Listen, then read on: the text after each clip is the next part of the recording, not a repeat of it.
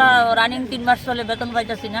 আমরা তো দীর্ঘদিন ধরে কাজ করতেছি, সুলভ শ্রেণীর আন্ডারে কাজ করতেছি। যখন নতুন কোম্পানি লইছে আমরা পিএফ কাইটার 7,100 টাকা পাই, এটা আমরা চলে না, পুষে না।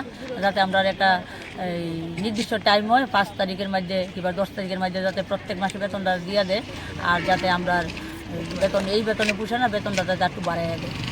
এক্ষণে কত বেতন দেয়? আমরা তো 9,000 টাকা পাইতেছি। আর এমনি কত মাসের বেতন আটকে রয়েছে আপনাদের? হয়তো 2 মাসের বেতন আমরা 3 মাস রানিং চলে। 3 মাসের শেষ হওয়ার পরে যারা কোম্পানিকে জিজ্ঞাসা করছেন না তো জিজ্ঞাসা করছি, মালিক কইতেছে বিল পাইছি না, বিল না পাইলে কইতে দিব কোম্পানির জিজ্ঞাসা করছি। প্লাস এখানে আরমুজে যিনি তাইনে চালায় তাইনেরও জিজ্ঞাসা করছি, তাইনে কইতেছে এরকম তো কোনো কথা আসিল না, কাজ লগানোর সময় তো কইছেন প্রত্যেক মাসে দিবেন, ওখানকারে দেন না।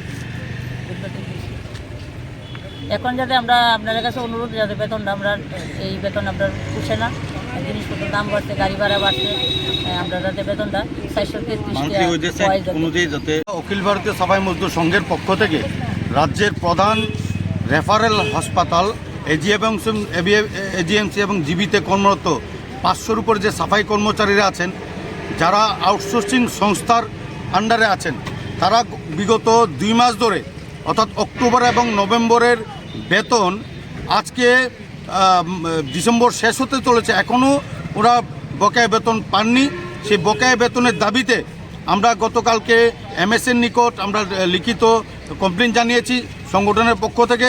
পাশাপাশি আমরা আজকের গণ অবস্থান করছি যে আমাদের বেতন ভাতা যেভাবেও আমাদের আগামী 48 ঘন্টার মধ্যে বেতন ভাতা আমাদের দিয়ে দিতে হবে। পাশাপাশি যে আউটসোর্সিং সংস্থা একটা ক্যান্সারের মতো একটা ব্যাধি, সেই ব্যাধি থেকে আমাদের মুক্ত করতে আমরা মাননীয় মুখ্যমন্ত্রীর কাছে আমরা আবেদন জানাচ্ছি।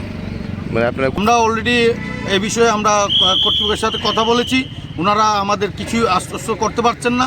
কোথাও বোঝা যাচ্ছে যে আগামী জানুয়ারি মাসে হয়তো বা 1 মাসের বেতন দিতে পারেন, কিন্তু এটা আমরা একদম মানব না। মান্থলি ওয়েজেস অ্যাক্ট 1936-এর সেকশন 21-এর সাবসেকশন 4 অনুযায়ী আমাদের প্রতি মাসে 10 তারিখের মধ্যে আমাদের বেতন ভাতা মিটিয়ে দিতে হবে। পাশাপাশি এই আউটসোর্সিং সংস্থা থেকে আমাদের মুক্ত করতে হবে।